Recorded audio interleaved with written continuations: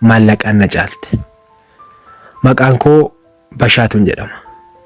Jaartii waggaa 20ti. Heerumeera. Abbaa warraa koo Daawit jedhama. Abbaa warraa koo umriin isaa jaarsa waggaa 30ti. Erga wal fuunee waggaa 5.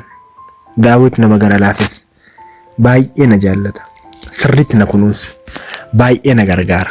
Yeroo na dhukkubu nyaata naaf hojjeta. Sagalee jabaan gaaf tokko natti dubbatee hin beeku. Gonkumaa natti dheekkamee hin beeku. Gonkumaa harka isaa natti ol kaasee hin beeku. Yeroo hundumaa na dhaggeeffata. Yeroo hundumaa na kabaja. Garuu Daawit maallaqa baay'ee hin argatu. Innis jabaatee hojjeta. Hojii ijaarsaa hojjeta. Yeroo dheeraaf hojii ijaarsaa hojjeta. Ta'uyyuu akka hojjeteen maallaqa gahaa hin argatu.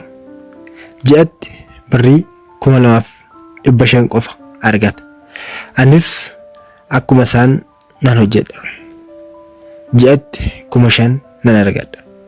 Daawit yookaan abbaan manaa koo caalaa anatu maallaqa argata. Haalli kunis isa rifachiiseera. Anis isatti himee biizinasii jalqabe. Akkas naan jedhe. Ani hin beeku. Akkamitti nan jalqabaa? Daawit nan jaaladha. Garuu yeroo tokko tokko akka malee na aarsa. Jireenya fooyya'aa na barbaachisa. Nuti mana qabnu, konkolaataa qabnu, biizinasii xiqqoodhuma illee qabnu. Walumaa galatti mana keessaa mi'a gatii baas tokko illee qabnu. Godoo yookaan goojjoo dulloome tokko keessa jiraanna. Guyyuma guyyaan ittan hima.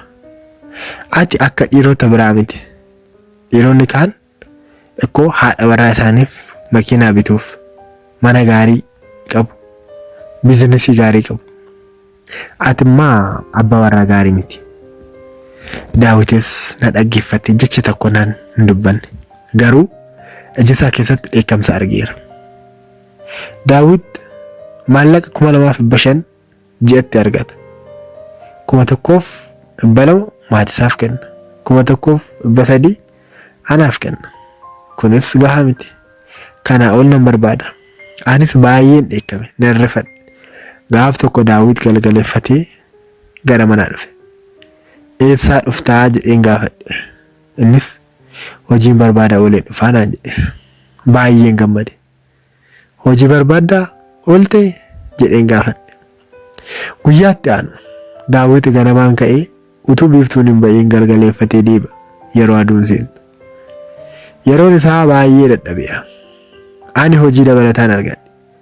Halkan reestooraantiin hojjedha. Maallaqni kee jetti 2,000 ol baay'ee natti tole. Hojii gaarii Daawit naan jedhee natti hime. Amma Daawit hojii 2 qaba. Ganama subii gara hojii deemee galgaleeffatee gara manaa deebi'a. Boqonnaaf yeroo hin qabu. Waliin odeessuuf yeroo hin qabu. Waliin kolfuuf yeroo hin qabu. Gaaf tokko halkan dhufe of wallaalee dadhabeera. Harki isaa ni kirkira. Lafatti gad kufe fuula koo duratti naasuun natti dhaga'ame. Daawwee koo Daawit maal taate jedheen gaafadhe. Baay'een dadhabe naan jedhe. Baay'een madaa'e. Hospitaalaan geesse. Dooktar inni baay'ee dadhabeera. Boqonnaan isa barbaachisa. Miira dogoggoraatti dhaga'amaa naan jedhe. Harka isaa qabadheen harka isaatti marameen boo'e.